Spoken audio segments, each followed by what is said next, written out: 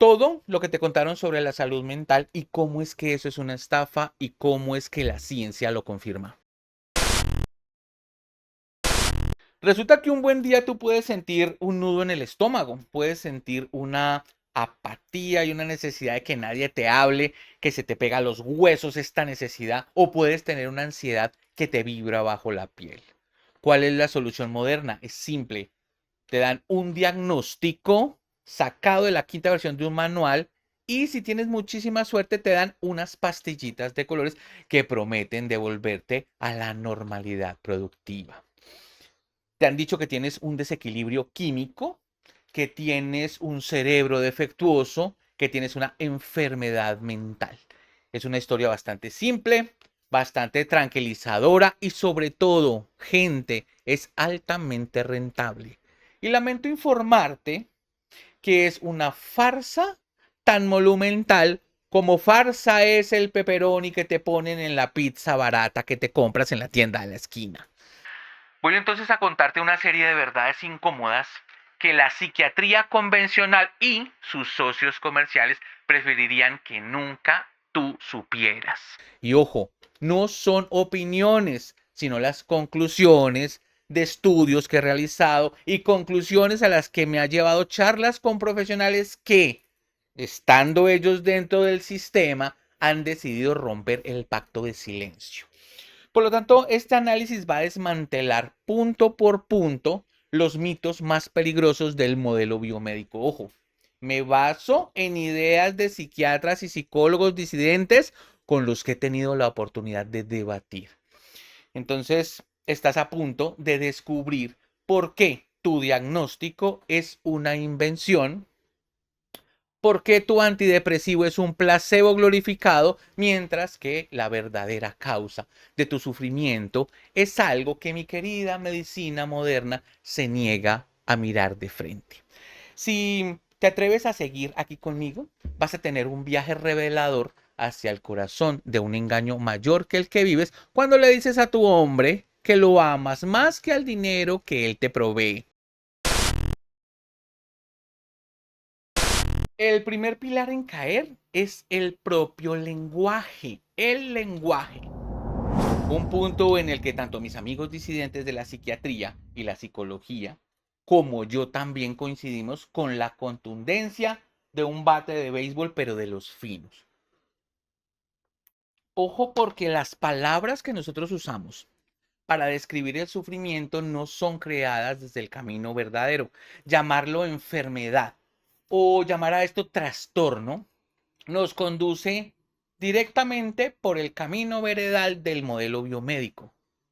Entonces, estando en ese modelo ya parqueados allí, tendremos la ubicación de ser pacientes pasivos. Y una vez que somos pasivos, solo podemos ir empujaditos hacia una única solución. La interesante y muy diligentemente desarrollada farmacología. Y voy entonces con los argumentos centrales de este fragmento. Es simple, es demoledor, pero tú te vas a resistir a esto. Te lo voy a explicar despacio para que lo tengas claro. Atención, la salud mental no existe.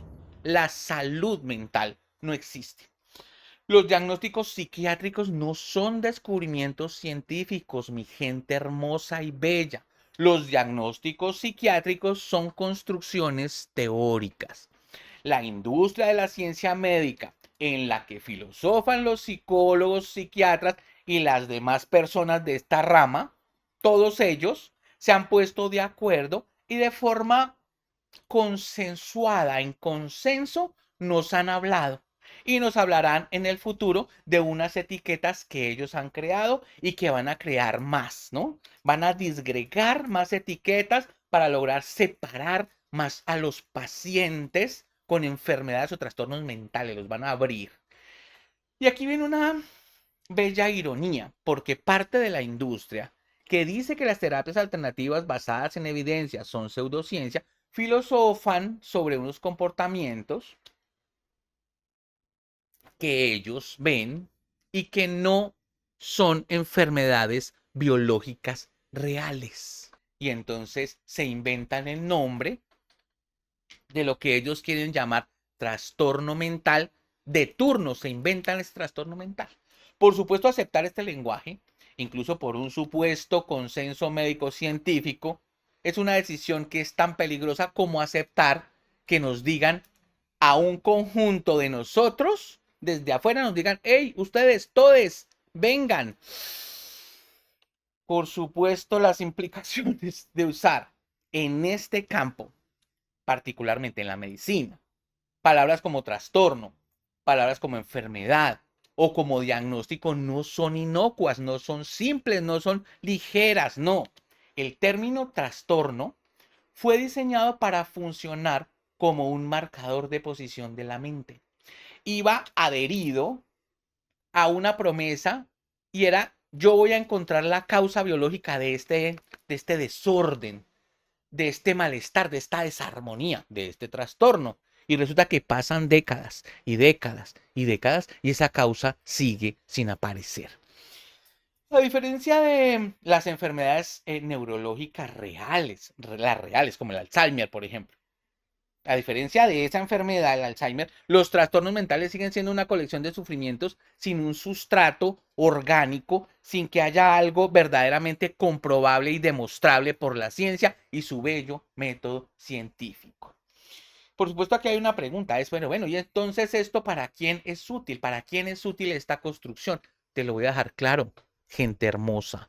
Es útil para los laboratorios y para los profesionales que se ven cómodos teniendo un manual, atendiendo con un librito. Claramente, puede ser profundamente perjudicial para la persona que sufre y que se sienta a escuchar y a ver cómo es que van a usar el librito y lo van a mandar a consumir pastillitas. Por supuesto, a esa persona se le va a endosar una etiqueta que en lugar de explicarle las cosas, lo va a condenar. Y esta creación de diagnósticos convenientes está indisolublemente ligada a los intereses que la sostienen. Como decía un programa concurso viejísimo aquí en mi país, Colombia, todo por la plata. Bueno, para entender cómo es que llegamos aquí hay que conocer la crisis de identidad de la psiquiatría. Sí, parece una niña chiquita. La psiquiatría tuvo crisis de identidad. La psiquiatría, hay un momento en la historia en que la psiquiatría se separa de la neurología. Y cuando eso pasa, es una medicina sin medicina, ¿sí? Una medicina sin medicina, ¿se entiende? Le ocurre entonces una cosa crítica para quienes embolatan personas con sofismas y eufemismos, porque esa práctica carece de la parafernalia de lo científico. Y lógicamente, al no tener esto, pues tampoco se le otorga el prestigio que sí tienen las especialidades que son medicina con medicina o medicina con aplicaciones biomédicas. Entonces la psiquiatría necesitaba desesperadamente algo tangible para no ser vista como una pseudociencia. Y entonces por allá en los años 80 encuentra a su propio Jesus Christ Salvador, al neurólogo y neurocientífico, Nobel de Medicina en el 2000, Eric Kandel. Eric, en alguna parte de sus estudios, empezó a defender que la psiquiatría debía anclarse a la biología. Completamente crítico. Y surge lo que se llamó la década del cerebro, que ocurre por allá del 90 al 99, busca, googlea, chismosea, dale. Además, en esa década del cerebro ocurre una cosa interesante, que es la explosión de los nuevos psicofármacos, que claramente son impulsados por la agresiva industria farmacéutica y arman un pacto perfecto, toman a Kandel y sus seguidores y juntan estas dos cosas, y entonces en ese momento la psiquiatría vendió su alma bella a cambio de la apariencia de legitimidad. Y de un momento a otro ya podíamos hablar de neurotransmisores y sinapsis en psiquiatría. Podíamos por fin sentirnos como medicina de verdad. Por supuesto, a la psiquiatría le fascinó acercarse a la medicina de verdad, o sea, la medicina con medicamentos. El resultado fue la creación de un modelo de psiquiatría química. Y te voy a poner un ejercicio interesante. Si tienes amigos médicos, ve y le preguntas a un médico serio si la palabra o la expresión trastorno psicológico, el concepto del trastorno psicológico, tiene algo que ver con un desequilibrio químico o con la química del cerebro. A ver qué te dice. ¿Mm? También puedes realizar un interesante debate y sobre el alcance real de los psicofármacos y te lo van a matizar, porque tampoco lo han estudiado bien. Ahí van, ahí hay charlas, repito, he estudiado con algunos conocidos que me encontré en clínicas bastante interesantes y pude sacar estas conclusiones. Pero bueno, por supuesto, además de estudiar, no hay referencias que te voy a dejar allá abajito. Pero bueno, gracias al milagro de los presupuestos de marketing, esta psiquiatría química sigue caminando entre nosotros como si fuera un zombie. Un zombie muy rentable, pero un zombie al fin y al cabo. Resulta que las pruebas de que estuvieran vivas y que curaran algunos trastornos y que hubieran cosas biológicas ligadas a ellas, nunca llegaron, pero el sistema ya estaba montado. Debes tener claro que el motor que mantiene vivo a este muerto viviente no es la evidencia porque no la hay. Lo que mantiene vivo a este zombie es específicamente el dinero y el poder. Este modelito sigue produciendo los fármacos que millones de personas consumen, creyendo que van a lograr en algún momento de su vida, algún día, curar una enfermedad que nunca existió para la ciencia.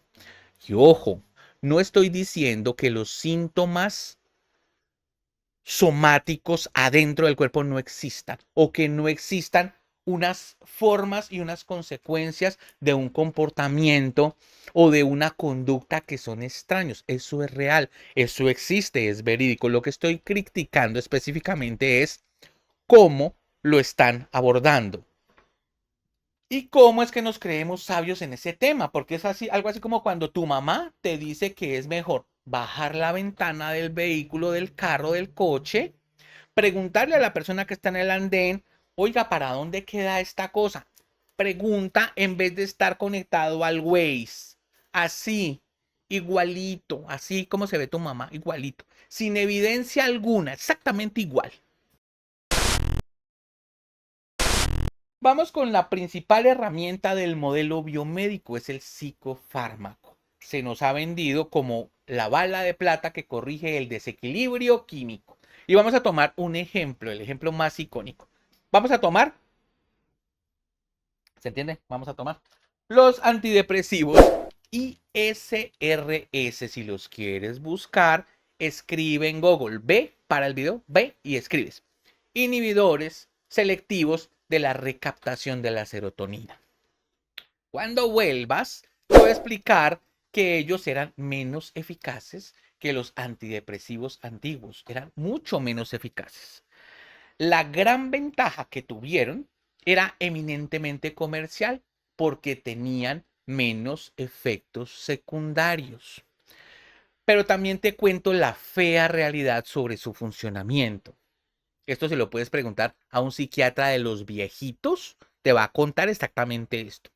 Resulta que efectivamente tenían menos efectos secundarios porque también tenían menos efectos primarios. Si buscas en la inteligencia artificial, te va a contar que la mayoría de ellos son comparables a placebos en cientos de estudios que se han hecho en este contexto. Si te votas por Notebook, LM, te van a mostrar los estudios y fuentes y fuentes y fuentes que comprueban esto.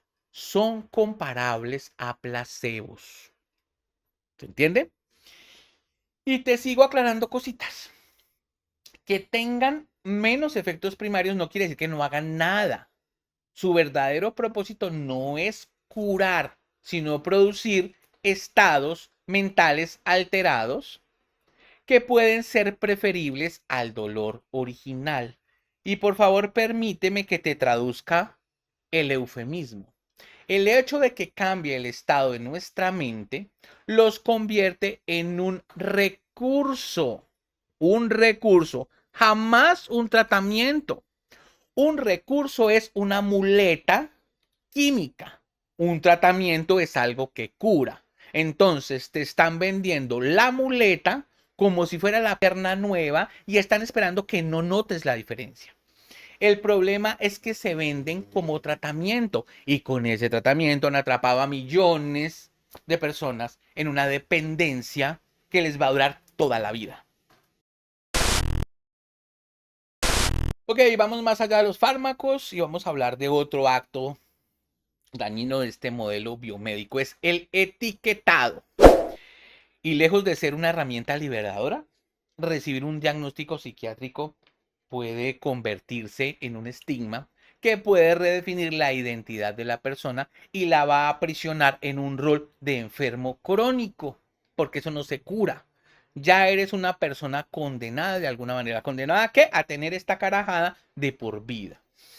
El caso de la esquizofrenia es uno de los que me parece más extremo y más interesante.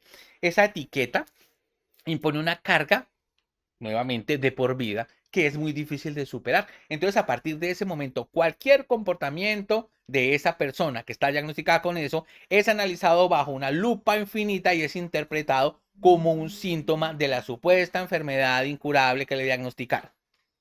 Pero te voy a dar una explicación que se acomoda a las 5 leyes férreas de nueva medicina germánica y también se acomoda a la medicina tradicional china. Lo que han llamado brote esquizofrénico es específica y puntualmente lo único que puede hacer esa persona en ese momento como manera para escapar del sufrimiento que esa persona está viviendo. Entonces, las alteraciones biológicas que se reportan en ese trastorno, como por ejemplo pueden ser los cambios en la dopamina, por darte un ejemplo, solo uno, no son la causa de ese brote, sino la consecuencia de la tensión extrema que está viviendo esa persona que está en estrés y necesita liberarse. Por supuesto, en realidad es frecuente que confundamos la idea con la consecuencia, ¿vale? Eso lo voy a exponer mejor en un texto, en una red nueva que me encontré, a la que te invito a que te afilies, que es Substack. Me preguntas y te dejo en el primer comentario fijado allá abajito. Si alguien me pregunta, lo dejo. Pero bueno, a lo que voy es que en realidad tampoco saben lo que están haciendo cuando ponen esta etiqueta porque no saben de qué parte de la biología viene, porque no lo han podido probar en la realidad. Han hecho estudios y no saben específicamente en dónde está ubicada esta carajada. Pero de todas maneras ponen la etiqueta.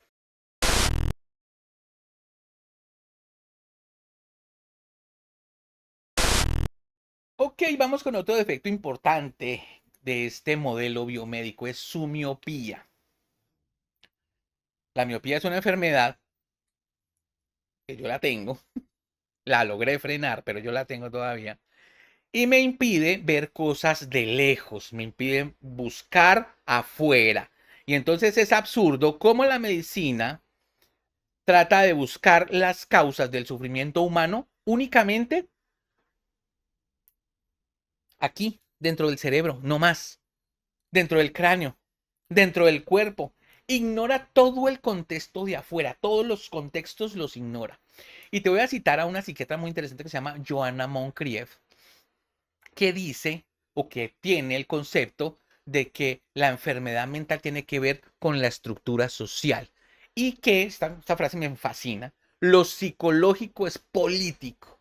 Una frase fundamental, ve y la buscas, es súper interesante la loquita. Entonces resulta que nosotros vivimos en un modelo socioeconómico, perdón, en que la industria médica, al igual que cualquier otra industria, no tendrá ni de cerca nunca el objetivo central de cuidarnos, como ninguna industria procura. Eso ya lo dije ampliamente en un video y por aquí arribita, o por acá, mentiras, por acá. Te voy a dejar la tarjeta para que lo veas después de este video. Ahí te la voy a dejar, después lo miras. Te va a salir al final también. Pero sí hay datos abrumadores de lo que yo te voy a decir y de lo que cada industria hace para jodernos la vida. El todo está en buscar, ¿vale? Hay algunas de estas informaciones que te van a sonar conocidas, hay algunas otras que no.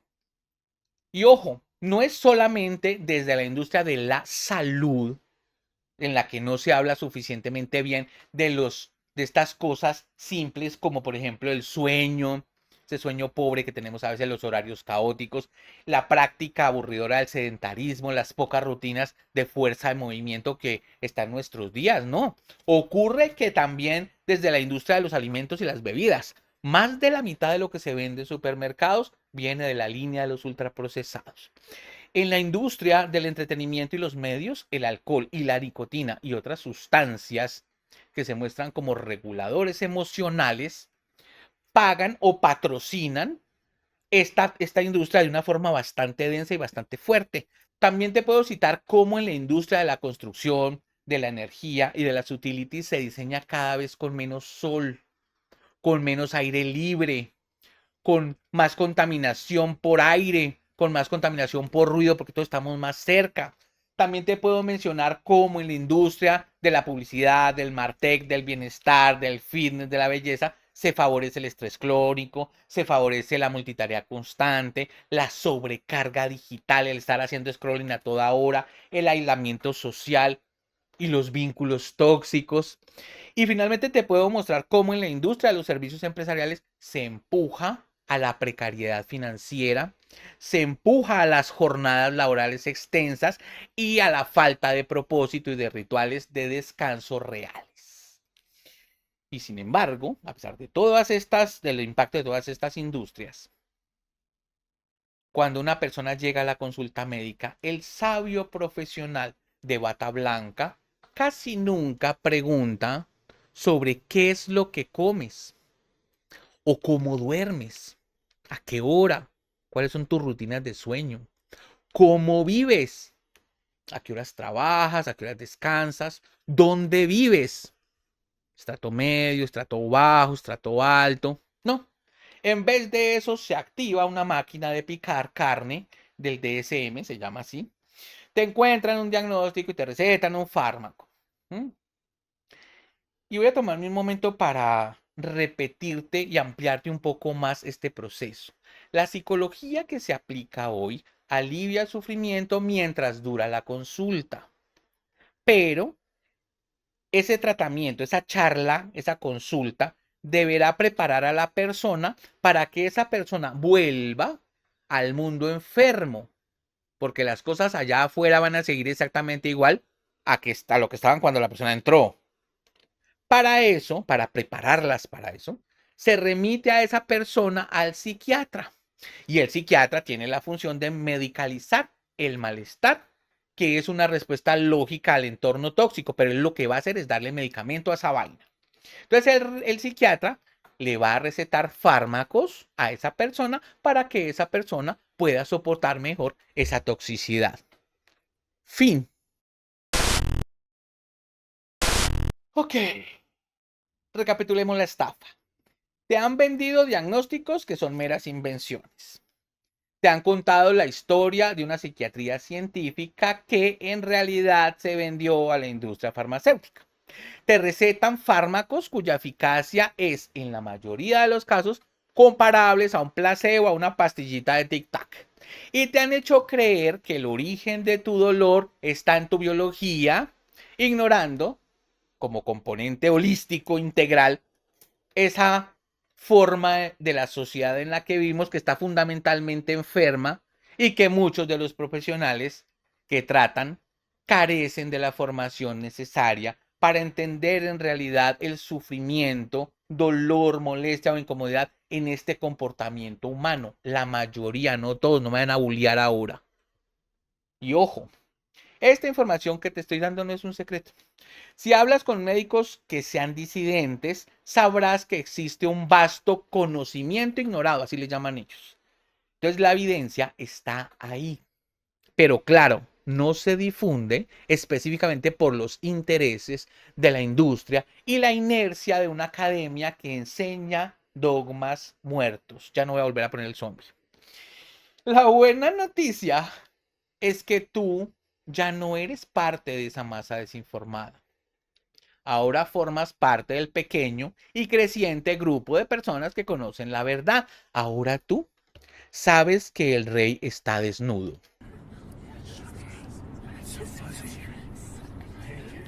Y si el rey está desnudo, aunque la mayoría de las personas sigan aplaudiendo su traje inexistente. La pregunta final, que es casi que las únicas cuestiones o los únicos cuestionamientos que realmente importan, No son realmente para los expertos. Este video no está hecho para psiquiatras, sino para ti. Tú ahora, tú que sabes que el sistema está diseñado para enfermarte y para que luego puedan venderte una cura falsa, ¿tú qué vas a hacer al respecto? Tú vas a repasar esta información para profundizarla y estudiarla mejor. Vas a comentar y a compartir este video para que el algoritmo lo posicione mejor. O vas a ayudar a seguir en la mentira de la salud mental. ¿Ok? Un abracito.